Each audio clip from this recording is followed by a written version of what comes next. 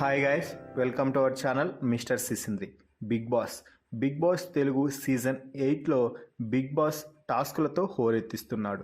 Contestants ఈ వారం నామినేషన్స్లో హాట్గా చర్చలు జరిపిన తర్వాత బిగ్ బాస్ ఇక టాస్కుల మూడ్లోకి వచ్చేశాడు. నామినేషన్స్ ముగియడంతో టాస్క్ని తెరపైకి తీసుకువచ్చాడు బిగ్ బాస్. ఇందులో భాగంగా హౌస్లో ఇప్పటికే ముగ్గురు చీఫ్స్గా ఉన్న సంగతి తెలిసింది. ఆ చీఫ్స్ ఎవరు అంటే నిఖిల్, నైనిక, యష్మి.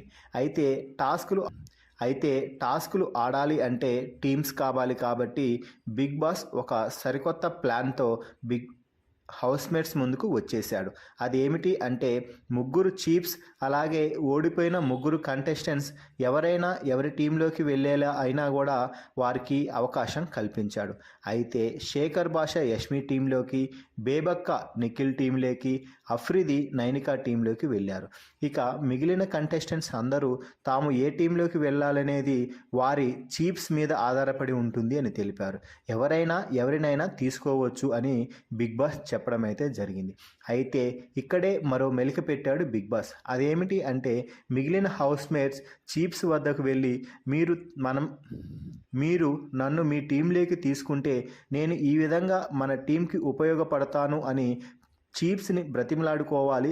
ఆ తర్వాత వారి నిర్ణయం ప్రకారం ఏ చీఫ్స్ అయితే మిమ్మల్ని కోరుకుంటారో మీరు వారి టీం తరపున పోరాడాల్సి ఉంటుంది అని బిగ్ బాస్ చెప్పాడు.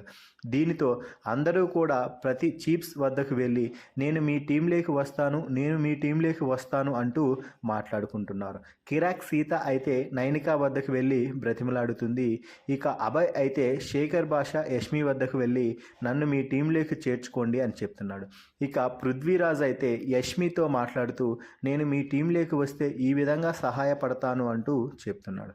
మొత్తంగా ఈ టాస్క్ని బట్టి చూస్తే ఇక రాబోయే రోజుల్లో టాస్కులు అదిరిపోయే రేంజ్లో రాబోతున్నాయని అర్థమవుతుంది.